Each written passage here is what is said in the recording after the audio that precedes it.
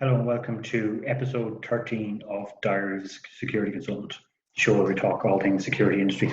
This week, following on from last week, similar format, we're going to use this Zoom presentation again, where I'm going to put some slides up, and it's about I suppose, an up and coming topic, which we're going to see more and more over the last couple of weeks, or next couple of weeks, or months probably, which is temperature checks and thermal imaging checks, which seems to be part of the new role of security in a lot of businesses. So I've been looking at this from a couple of points of view. Firstly, I've been working with a number of businesses on this, on their business continuity or back to work plans. And these checks or scans are forming a very important part of those plans. So I've been kind of integrating those with the security systems that they have in place. And then as well as that, we've probably had about 8 to 10 questions coming in to the page and to the website in relation to training. Do they have to be trained? Do you have to be a qualified doctor or medically trained to do them? How they work? What am I supposed to do if somebody reacts? Things like that. I do think they're being slightly overhyped out there in the media, particularly by the companies that are providing them. I've seen a lot over the last couple of weeks of CCTV manufacturers and technology manufacturers putting these out here as though artificial intelligence algorithms will solve all of your problems. You put these X amount of thousands euros investment in, you put them in, and that solves your problem. We'll take a temperature check, we'll identify anyone who potentially has it. There's lots of problems with that approach that we talk about, but I'm not against them. They can be a very, very good and valid tool, I suppose, in the next couple of months. I suppose battle or fight against the COVID-19 virus. So that's what I'll talk about for the next couple of minutes. I don't know how long this is going to go, probably shorter than last week's one, which was Ace Going, which has so far been our most watched video on the channel. It's been very well received, so we'd stick with this format. So the first thing that I wanted to talk about was, again, like I said last week with Ace Going, screening, testing, temperature reading is a tool, not a solution. It doesn't provide a solution to your problem. It provides you with a tool that enables you to solve your problem. The problem solving still has to happen by the person, the human being on the ground. This is just one more tool that you can add to the arsenal that supports that problem solving or that overall security or safety. What I've seen in the last couple of weeks, I suppose, is a lot of companies, manufacturers providing it as a tool. And essentially what that is for me is what's called a solution first approach, which I think never works. So with a solution first approach, what happens is somebody comes up with a solution and tries to merge the solution with the problem. So we have this thermal imaging thing. We want to find a use for it, or we have this artificial intelligence or algorithm, and then we have this problem, and we immediately try to overlay the solution on the problem and make the problem fit the solution.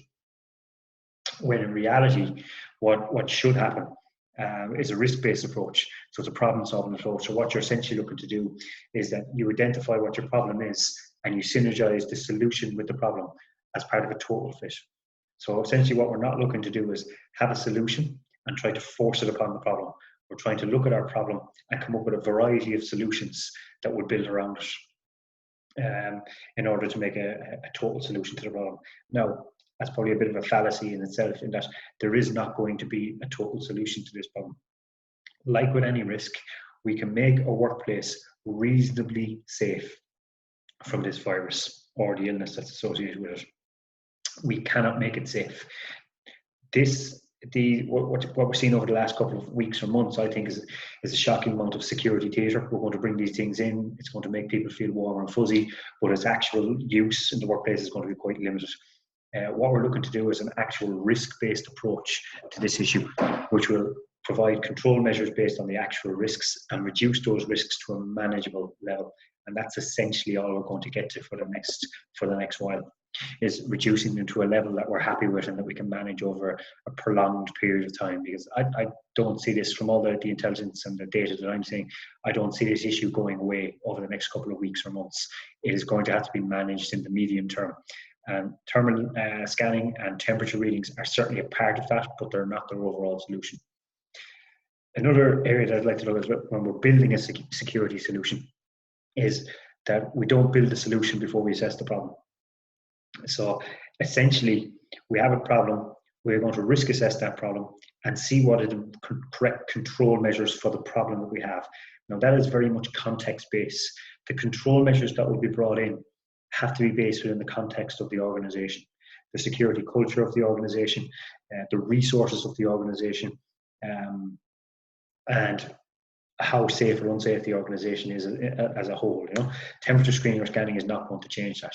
If you have people standing all together and gathering in small groups inside, no proper hygiene, no social distancing, no sanitizing inside, all the temperature screening in the world is not going to help you. So we start off with our problem, we risk assess our problem. As I say, we've got a number of risks associated with this illness, and we'll detail those, and then we'll put in place control measures. Now, some of those control measures may be thermal scanning, it may be artificial intelligence algorithms, it may be scanning pedestals, or it may simply be temperature checks, or it may be none of the above. It may be just enforcing social distancing. But once we have those control measures built, then we start building our SOP. And these pieces of technology, while they are fantastic, the technology itself is unbelievable. What it can do, read it to 0.1 of a degree of body temperature. They are nothing without the operating procedures for the people built around them. I was working with a hotel when this all started, and they were after investing heavily in this technology. I said, it's fine, you've put these cameras in, but one, who's monitoring them? And two, what do you want them to do if there's an activation? And they hadn't thought of that. They just put the cameras in. It's giving peace of mind to the customers. They put a sign up that said this thermal image is taking your temperature. But aside from that, it's security theatre. There's nothing to go along with it. Next thing to look at then is the equipment. The equipment, is it bought and procured to standard? Is it good equipment or is it faulty equipment? How do we calibrate that equipment? How do we maintain that equipment? Because this is not going away in a week, like we said. Providing your staff, whether it be security or others, with the correct training for that equipment and training for what you want them to do should something happen. And then obviously the pros and cons of actually measuring and managing the metrics that you have associated with that equipment. There is no point in saying we have this fantastic equipment giving us all this data if we're not going to do anything with the data. So we'll take a look at each of those, I suppose, in turn.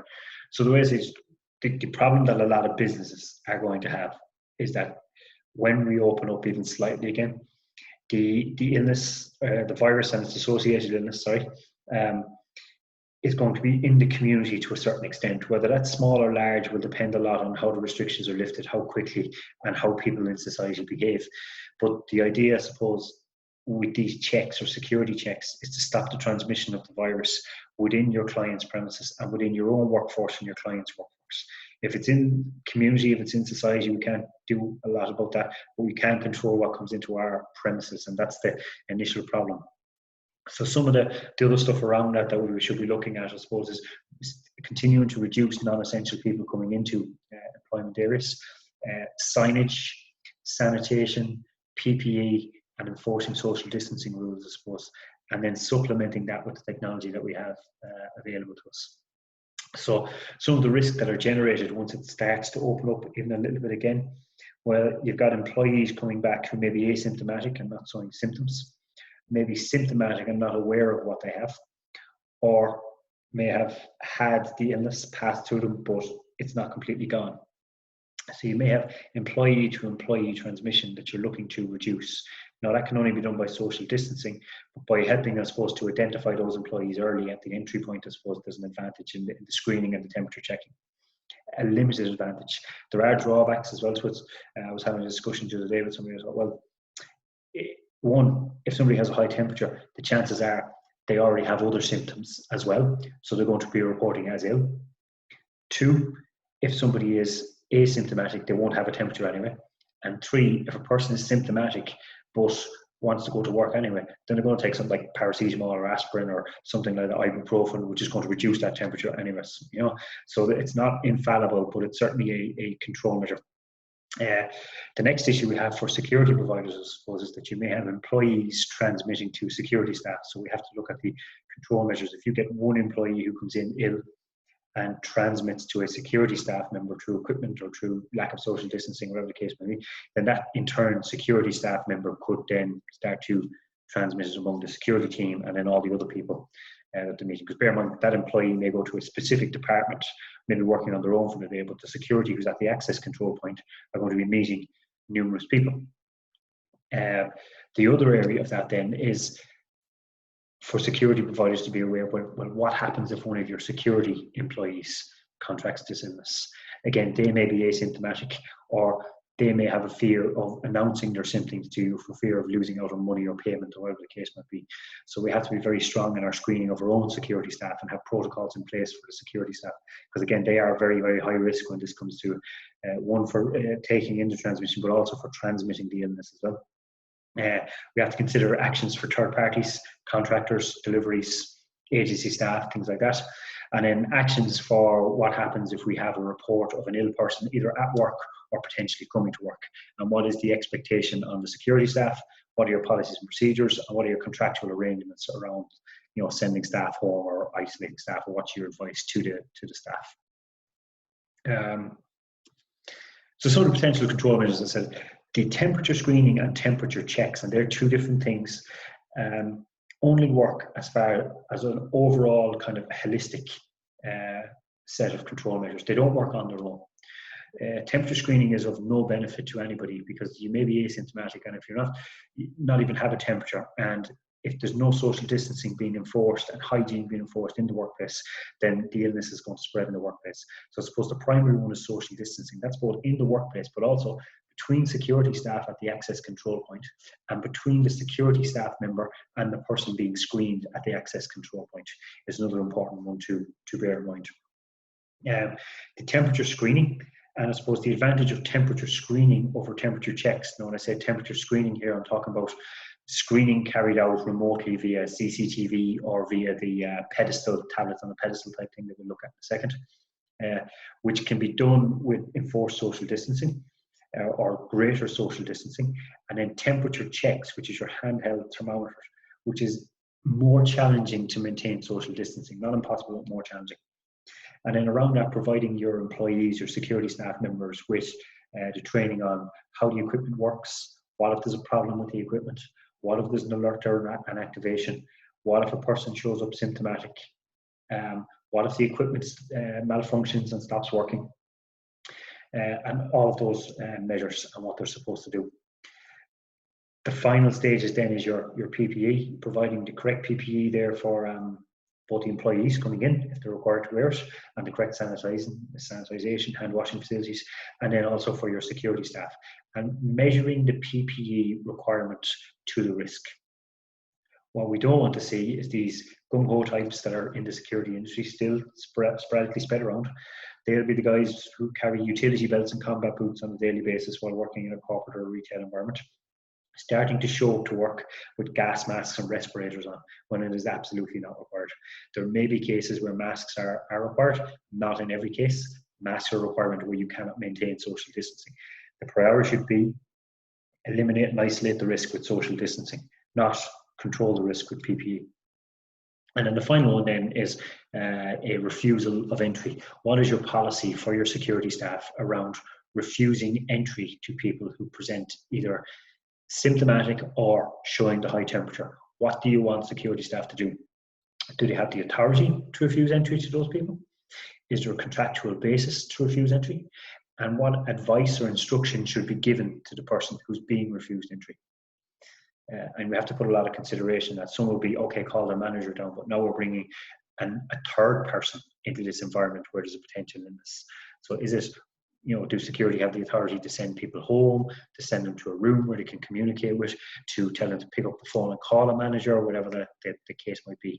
But it should be spelled out for your security, because what will tend to happen is security acting on their own initiative will start to take a security mindset to it, and that may not be what the client wants, and it could also result in some issues between the client and the security provider.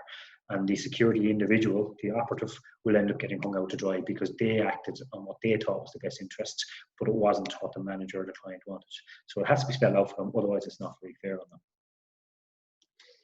them. Some of the potential tools that you see, and apologies to those people who are going to be listening to this on podcast, but the four main ones that I've come across is the thermal imaging CCTV, which is CCTV, and one of the, I suppose, predominantly marketed ones I've seen in the last couple of days has been the Hikvision systems, and they reckon that their algorithm can pick out facial recognition and it can measure temperature to within 0.1 of a degree and stuff like that. Has its uses. It's remote. It allows social distancing. It allows you to use, say, physical access control barriers like a door and still maintain control from the far side of the door. Other ones I've seen so far have been the tablet-based systems, so where the camera on the tablet, like an iPad or whatever the case may be, and the tablet's left on a pedestal. Again, it reads body temperature and the algorithms are able to pick it up. Handheld thermal scanners, similar to what we would have seen, I suppose, with customs and stuff using over here for body temperature within trailers or containers and stuff like that. I've seen those being advertised. And then finally, then is the old-fashioned what you would have used on your kid for an ill kid or something like that. So the non-contact thermometers, which you get quite close to the person and it reads a temperature reading from that person. All have their uses, all have varying degree of uses, but again, just to be treated as tools. They're not a solution on their own. A camera cannot refuse access to a person. A pedestal cannot give instruction or clarity to a person. They are only good as the person operating the tool. It's a tool, not a solution, as I go back to from the very, very start. Some of the stuff then around, okay, we've decided, well, this is the piece of equipment that we have the resource and the context to be given by the client. So now we have to look at, well, okay, we have to build a procedure around it. And I suppose the ethos of any procedure should be to maintain that social distancing. When it's possible, I suppose. So whether we're using the CCTV to enable us to do social distancing, or we're down to something like using the handheld temperature scanner, in which case we would encourage a system of self-scanning. So essentially, the scanner will be left on the table where the person is. They scan and they turn around and show the security operative the temperature on it, and the security operative makes a note of that temperature, whatever the case might be, or approves the entry. So the SOP should address, well, what you want people to do. Generally, I'll be looking at a tiered SOP if you've got both a number of things in. So you're maintaining your social distancing, you're taking a pedestal or a CCTV read, and in general circumstances, that person will be granted access once they go through the access control point. There's no alarm, there's no alert. If a person does alert, then we go to a secondary reading from a self-scanning, like a handheld device. They self-scan, they show you. If there's still an issue, then you go into our response to issue protocol. So it's, please wait over here. We're going to contact your manager, or we have this, here's this advice leaflet on the table. Take that, go home and contact your manager. And then I suppose finally to supply the correct PPE at the point where security staff are. So having a good supply of gloves, make sure you use hand sanitizer, make sure that you have adequate staff so that your staff can on a regular basis go and use hand hygiene, wash their hands. There's no point in having that one person there for 8 hours changing gloves, because you are going to have a cross-contamination over time. There needs to be time where it's not sanitizing, it's actually physically going, washing hands and coming back. So there needs to be that level of support where somebody can step in to let that other person go out. If there's not, I'd seriously be discussing with your client how you can provide a safe service, because you're putting your security staff at risk in a case like that, in my opinion. Security staff themselves, then, on top of self-care, one of the highest risks in buildings is going to be the security staff member, because they are meeting the most people at the entry points where there's the highest amount of risk. We're meeting visitors, we're meeting third parties, delivery drivers, agency staff, employees, plus other security staff members. So security providers are going to have a regime of temperature screening at the beginning of every shift for the security staff, and having an SOP in place if there is an alert. So it's going to mean security companies, I suppose, having a contingency, a very big contingency, or a much advanced contingency, more than what we see nowadays quite commonly, for cover staff, because you have to have an SOP, in my opinion, in place for, well, what if I attend work at 8 o'clock and I have a high temperature and there's nobody to cover me? Do I have to continue to work with a high temperature, or do I leave that position and leave the position unmanned? So you're going to have a contingency plan in place for your security staff if they present to work and they have a high temperature.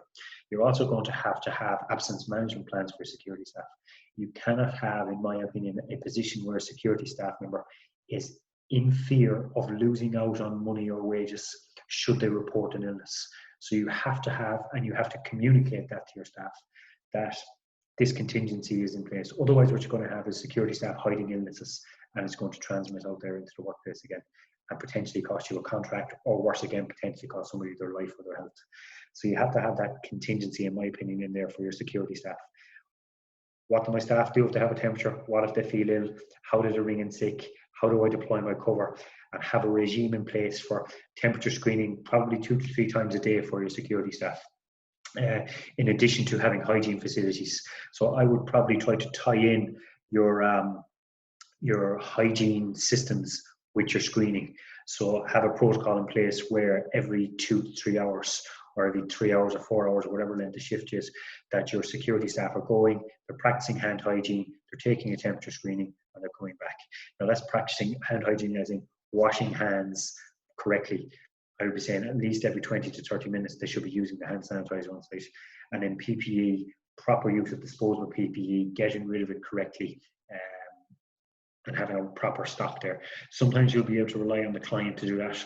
Other times you won't be able to rely on the client to do it. So the provider themselves will have to do it. The final thing I'd like to talk about here, I suppose, is what are you going to do with the data that you have? There is a huge issue here around the data protection here, because a lot of, I won't say a lot, but some that's come to my attention the last while, they've had clients, employees coming in, and they're asking the employee their name, asking the employee to scan. They're taking down a temperature reading for the employee. The next day that employee comes back, they are then taking another temperature reading against that employee's name, and they're gathering that data. That is medical data, body temperature, medical data. Yeah? Sensitive personal information. How you store and secure that is absolutely essential.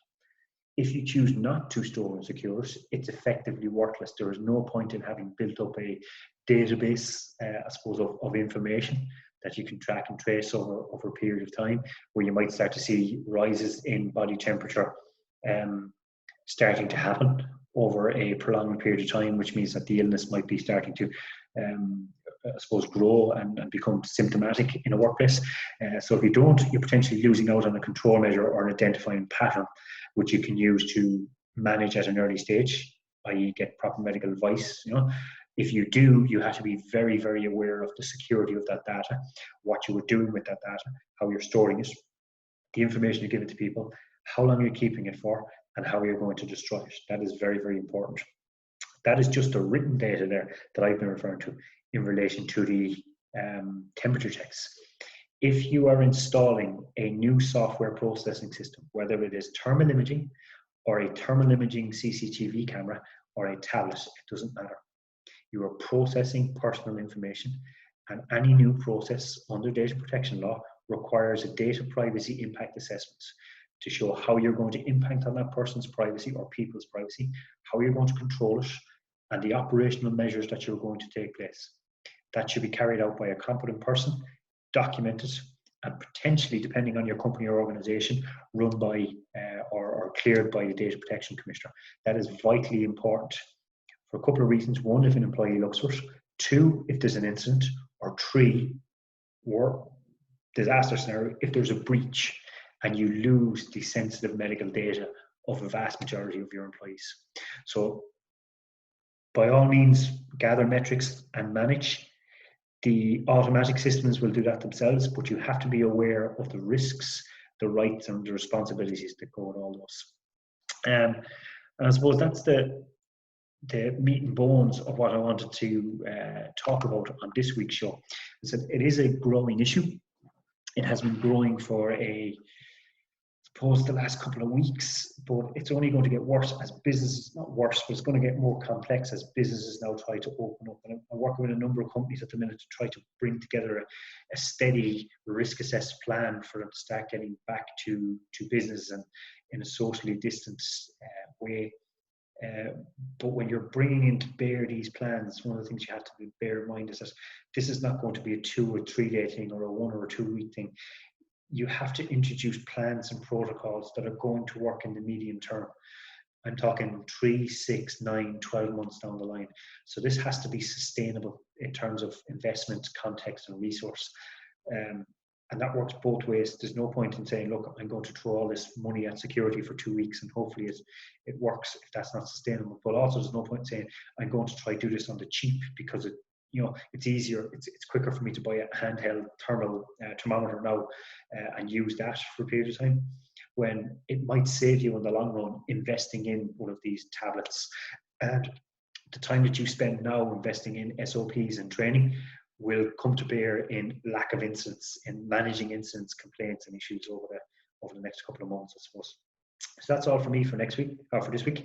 Next week we're going to do another one. It's a follow-on to last week's one, which was on ACE-COME, but next week's is going to be on the actual process of detaining a suspected thief outside the door of a retail venue. And the week after that is going to be a reasonable force video series. Look out for this video is going out Tuesday of this week, I suppose. Should be out Tuesday. And we'll have an article out on Thursday as well on the name of the article is the minimum is not the standard on operational standards in the security industry and why minimum standards are not operational standards. Until then, as always, feedback is appreciated. Comments, criticisms, whatever it might be, you can reach out to us on any of our contact pages. But until next week, thank you very much for listening, and we'll see you all next week.